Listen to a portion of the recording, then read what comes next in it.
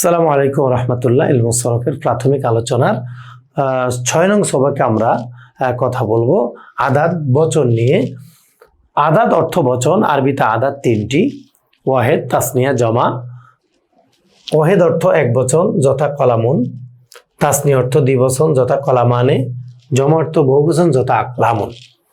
ওয়াহেদের অপর নাম মুফরাদ, তাসনিয়ার অপর নাম মুসান্না, জমায়ের অপর নাম মাজমু। এখানে আমাদেরকে আদাদের প্রকার শেখানো হলো যে আদাদের দিক থেকে এসএম তিন প্রকার: ওয়াহেদ, তাসনিয়া, জমা। একটি বুঝালে ওয়াহেদ হয়, দুটি বুঝালে তাসনিয়া হয়, দুইয়ের বেশি বুঝালে জমা হয়।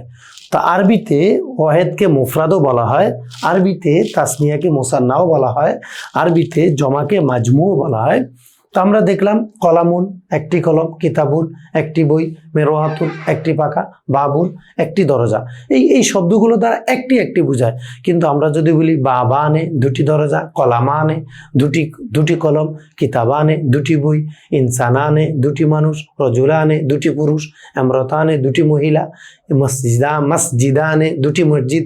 এভাবে আমরা কিন্তু তাসনিয়া যে শব্দ দ্বারা দ্বিবচন বুঝায় এটাকে আমরা তাসনিয়া বলবো। আর যদি একাধিক বুঝায়, দুইয়ের অধিক বুঝায়, তাহলে এটা কি হবে? জমা হবে।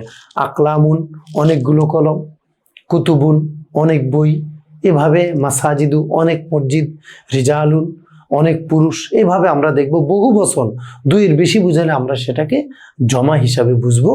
এখন আমরা আমাদের সামনে যে বই পুস্তক রয়েছে, আমরা ওয়াহেদ, তাসনিয়া, জমা বের করার চেষ্টা করি যে কোনটা ওয়াহেদ, কোনটা তাসনিয়া, কোনটা জমা, কোনটা দ্বারা একটা বোঝায় সেটা হবে ওয়াহেদ, কোন শব্দ দ্বারা দুইটা বোঝায় সেটা হবে তাসনিয়া, যেটা দ্বারা দুইয়ের বেশি বোঝায় সেটা হবে কি? জমা।